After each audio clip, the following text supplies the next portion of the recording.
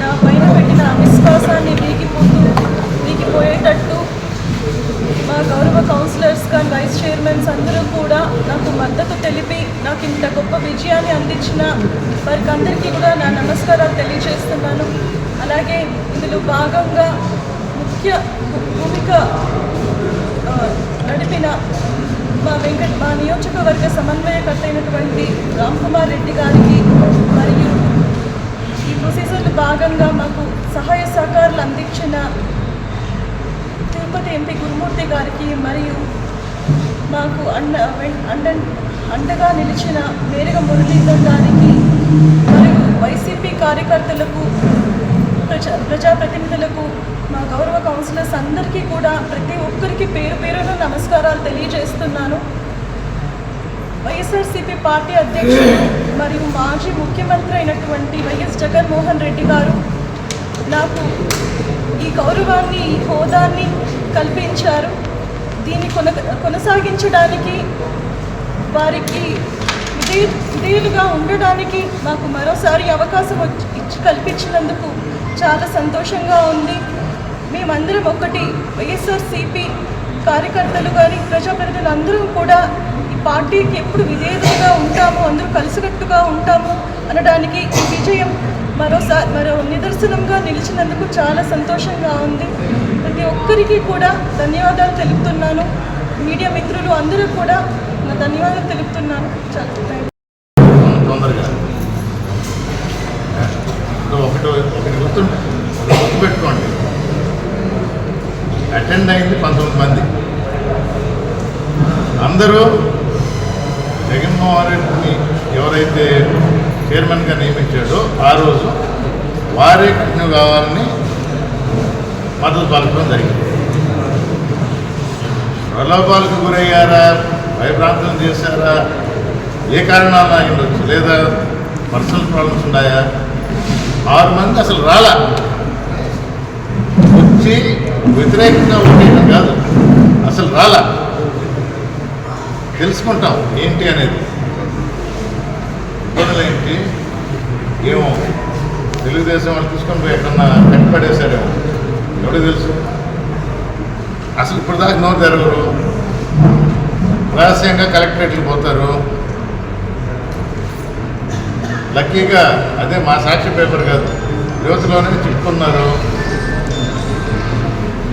నేను 16 మందిని అపహరించారని ఆరోపణ చేసింది. నేను ఇప్పుడు ఆరోపణ చేస్తుందా మా 6 మంది కౌన్సిలర్స్ని మీరు అపహరించారు అని? లేకపోతే అసలు వచ్చినారు కదా. వ్యక్తి ఇవ్వటం రాజ్యాంగంలో పొందుపరిచిన ఒక ఏమంటారు దాన్ని, అంశం అంటారా, హక్కు. దాన్ని కొనసాగింపుగా ఇన్ఫర్మేషన్ ఇవ్వాలా, ఏం చేయాలా, ఎలా చేయాలా అనేది పార్టీ అధినాయకత్వం డెఫినెట్గా డెసిషన్ తీసుకుంటారు. దానిలో అందుకనే పెద్దలు ఎంపీ గారు వచ్చారు, ఎమ్మెల్సీ గారు వచ్చారు, వారు కూడా రిపోర్ట్ తీసుకోవాల్సి వస్తుంది. సంతోషమైన దానిలో సంతోషం వెళ్ళబుచ్చి దాన్ని హైలైట్ చేయకుండా పాపం మొట్టమొదటిసారిగా అవిశ్వాస తీర్మానాన్ని ప్రవేశపెట్టారు. మా 25 మంది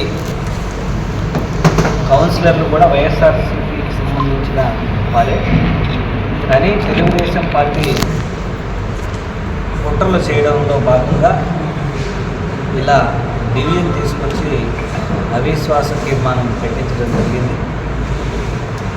దీన్ని సమర్థవంతంగా వైఎస్ఆర్ కాంగ్రెస్ పార్టీకి సంబంధించినటువంటి 19 మంది కార్పొరేటర్లు వైఎస్ఆర్ కాంగ్రెస్ పార్టీ మీద, జగన్మోహన్ రెడ్డి గారి మీద, అలాగే ఎదురుమల్లి రామ్కుమార్ అన్న మీద నమ్మకంతో, అలాగే ప్రజల నుంచి పొందినటువంటి విశ్వాసాన్ని నిలబెడుతూ ఈరోజు వైఎస్ఆర్ కాంగ్రెస్ పార్టీకి పట్టం కట్టడం జరిగింది.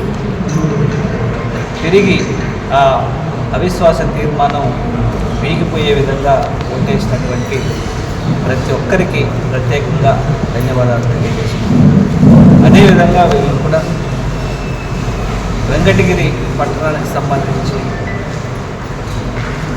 ఇంకా ఉత్సాహంగా వాళ్ళు అన్ని కార్యక్రమాల్లో కార్యక్రమాలు చేయడంలో, అలాగే మంచి నిర్ణయాలు తీసుకోవడంలో చిత్తశుద్ధి ప్రదర్శిస్తారని నేనైతే మనస్ఫూర్తిగా నమ్ముతూ మరోసారి ఇలాంటి రాజకీయ దిగజారు కార్యక్రమాలకి తెలుగుదేశం పార్టీ దూరంగా ఉండాలని వైఎస్ఆర్ కాంగ్రెస్ పార్టీ నుంచి